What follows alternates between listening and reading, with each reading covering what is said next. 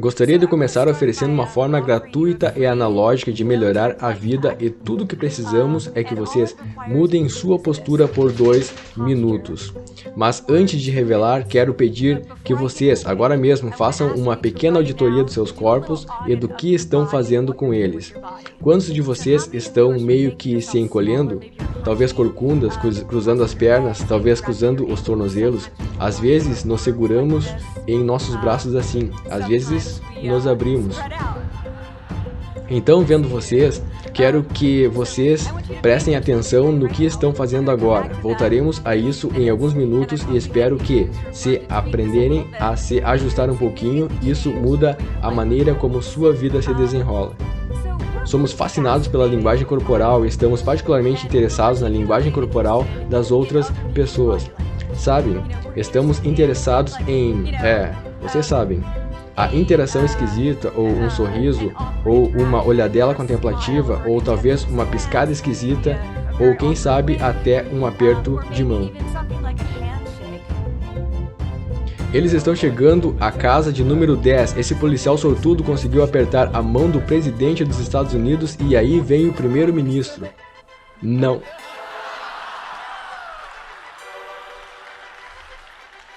Então, um aperto de mão ou a falta dele pode nos manter falando por semanas e semanas, até a BBC e o New York Times.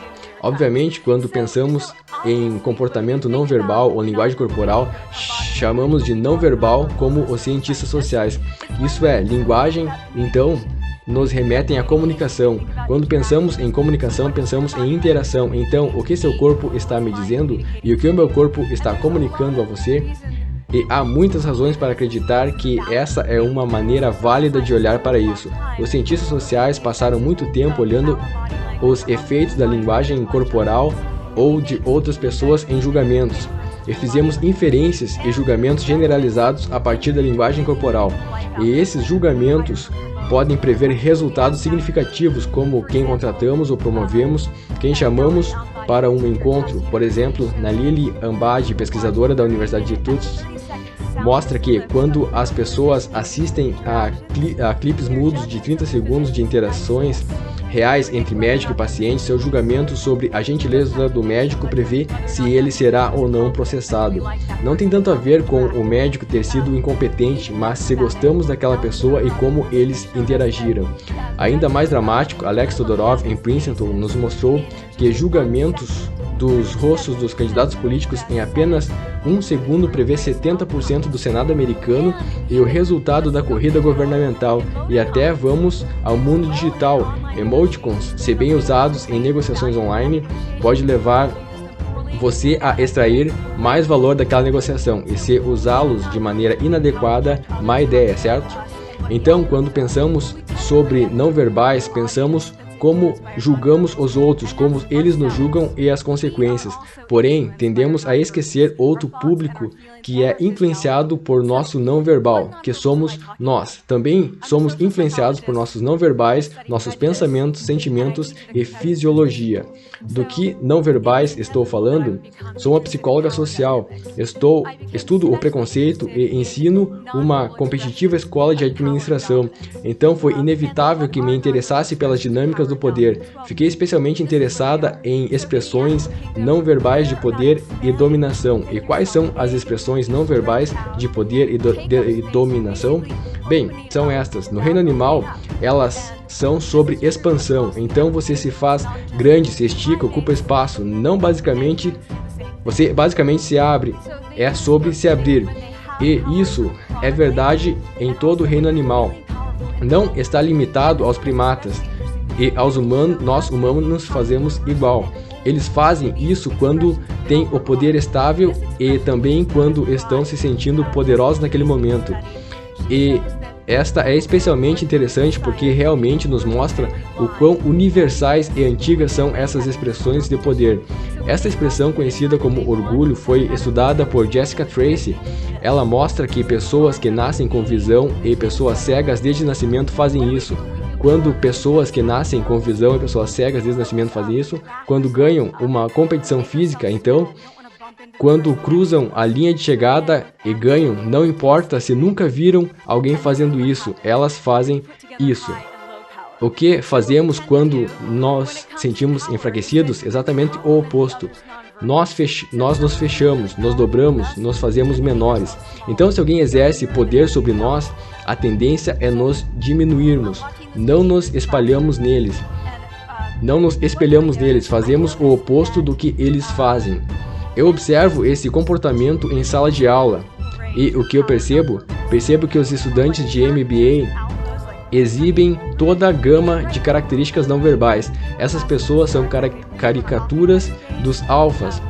Quando entram, vão para o meio da sala, antes mesmo da aula começar, e como se quisessem realmente ocupar o espaço. Quando se sentam, eles se espalham, levantam a mão assim. Outras pessoas estão virtualmente em colapso quando entram. Assim que eles entram, você vê os seus rostos e em seus corpos, elas se sentam em suas cadeiras e se encolhem e levantam a mão assim. Eu notei algumas coisas sobre isso. Uma não vai surpreender vocês, parece relacionada ao gênero. As mulheres são muito mais propensas a fazer isso do que os homens. Mulheres se sentem com menos poder que os homens de forma crônica. Isto não é uma surpresa. Escolas de administração têm dificuldades com essa diferença de nota por gênero. Você recebe homens e mulheres igualmente qualificados e aí percebe a diferença nas notas e parece ser em parte atribuída à participação. Então eu comecei a pensar, certo, temos essas pessoas entrando assim e elas estão participando. É possível fazer algumas pessoas fingirem e isso faria com que elas participassem mais? Eu e minha principal colaboradora, Dana Carney, que está em Berkeley, realmente queríamos saber, você pode fingir até conseguir? Você pode fazer isso por um tempinho e de fato passar por uma mudança de comportamento que te faz parecer mais poderoso? Existem evidências que sim. Por exemplo, sorrimos quando estamos felizes, mas também quando somos forçados a sorrir, ao segurar uma caneta entre os dentes, assim, e isso nos faz sentir felizes. Então, vai nos dois sentidos. No poder também vai nos dois sentidos. Então, quando você se sente poderoso, há mais chances de você fazer isso. Mas também é possível que, quando você finge ser poderoso, é mais provável que, de fato, se sinta poderoso. Então, a segunda pergunta realmente era: sabemos que nossas mentes mudam nossos corpos, mas é possível, mas é também verdade que nossos corpos mudam nossas mentes? E quando digo mentes, no caso do poderoso, do que eu estou falando? Estou falando de pensamentos e sentimentos e de coisas fisiológicas que formam nossos pensamentos e sentimentos, e no meu caso são os hormônios. Olho os hormônios, como se parecem as mentes dos poderosos e dos sem poder. Pessoas poderosas tendem a ser, não é surpresa, mais assertivas, confiantes e otimistas. Elas realmente acham que vão vencer até em jogos de sorte. Elas também tendem a ser capazes de pensar de forma mais abstrata. Existem várias diferenças, eles se arriscam mais. Existem muitas diferenças entre poderosos e os sem poder. Fisiologicamente, também há diferenças em dois hormônios-chave, testosterona, que é o hormônio da dominância, e cortisol, que é o hormônio do estresse.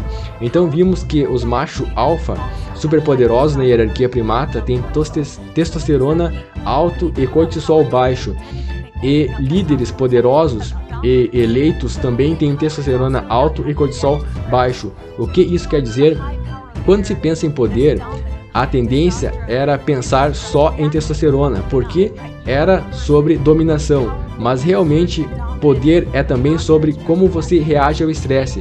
Você quer o líder dominante mais poderoso com testosterona alto, mas super ativo ao estresse? Provavelmente não. Você quer a pessoa que seja forte, assertiva e dominante, mas que não reaja muito ao estresse, uma pessoa relaxada. Sabemos que na hierarquia primata, um alfa precisa dominar. Se o indivíduo precisa desempenhar um papel alfa, De repente, em poucos dias, a testosterona daquele indivíduo vai subir significativamente e o cortisol vai cair significativamente.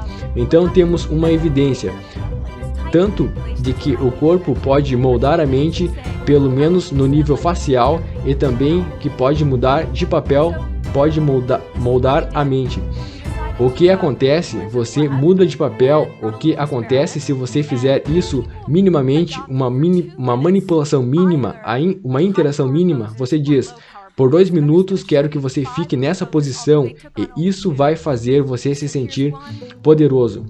Aqui é algumas mais. Essa foi chamada pela mídia de Mulher Maravilha. Mais algumas. Você pode ficar em pé ou sentado. Essas estão as poses de poder. Você está se dobrando, se encolhendo. Esta é muito baixo poder. Quando você toca o pescoço, você está, na verdade, se protegendo. Isto é o que acontece. Elas entram, cospem em um recipiente. Por 2 minutos nós dizemos o que devem fazer. Ela não olha foto das poses. Não queremos impor um conceito de poder, queremos que elas sintam o poder. Por 2 minutos elas fazem isso. Então perguntamos quão poderosas se sentem em uma série de itens. Damos a elas uma oportunidade de blefar e então recolhemos mais uma amostra de saliva. E isso é isso. Esse é o experimento completo. Quando você está numa posição de pouco poder, somente 60% blefa e essa diferença é significativa. Vejam o que descobrimos sobre testosterona. As 2 linhas de base, quando entram, pessoas com alto poder experimentam um aumento de 20% e pessoas com baixo poder experimentam uma queda de 10%. Então, de novo, 2 minutos e você vê essas mudanças. Vejam o que acontece com o cortisol. Pessoas com alto poder experimentam aproximadamente 25% de queda e pessoas com baixo poder experimentam um aumento de 15%. 2 minutos levam essas mudanças hormonais que configuram o cérebro para ser assertivo, confiante e confortável, ou realmente reativo ao estresse ou se sentindo meio desligado. Todos nós já nos sentimos assim, né? Parece que os nossos não verbais governam a maneira como pensamos e nos sentimos sobre nós mesmos. Então, não são apenas os outros, mas também nós mesmos. Nossos corpos também mudam nossas mentes. Onde isso pode ser aplicado? No que vemos em conta, é claro. E então pensamos que você quer usar isso em situações de avaliação, como situações de ameaça social, onde você está sendo avaliado ou pelo menos até pelos amigos. Por exemplo, para adolescentes seria mesa de almoço. Para algumas pessoas seriam falar na reunião do conselho escolar. Poderia ser dar um discurso ou uma palestra como esta ou fazer uma entrevista de emprego. Então publicamos essas descobertas e a mídia caiu em cima e disse, certo, então é isso que vocês fazem quando vão à entrevista de emprego? Ficamos horrorizados, claro, e dissemos, meu Deus, não é isso que queríamos dizer. Por inúmeras razões, não façam isso. De novo, isso não é sobre falar com outras pessoas, é sobre falar consigo mesmo. O que você faz antes de ir a uma entrevista de emprego, você faz isso. Você está sentado, está olhando o seu iPhone ou Android, que tenta não deixar ninguém de fora. Você está olhando suas anotações, está ficando corcunda e se encolhendo, quando você devia estar fazendo isso no banheiro, certo? Faça isso, ache 2 minutos, e então é isso que queremos testar. Então trazemos pessoas ao laboratório, elas fazem poses de muito pouco poder de novo. Elas passam por uma entrevista de emprego muito estressante, dura 5 minutos, elas estão sendo gravadas. Elas também estão sendo julgadas e os juízes foram treinados para não dar feedback não verbal. Então eles ficam assim, imagine que esta é a pessoa te entrevistando. Por 5 minutos nada, e isso é pior do que ser interrogado. As pessoas detestam isso. É o que Marianne Lefray chama de estar na areia movediça social.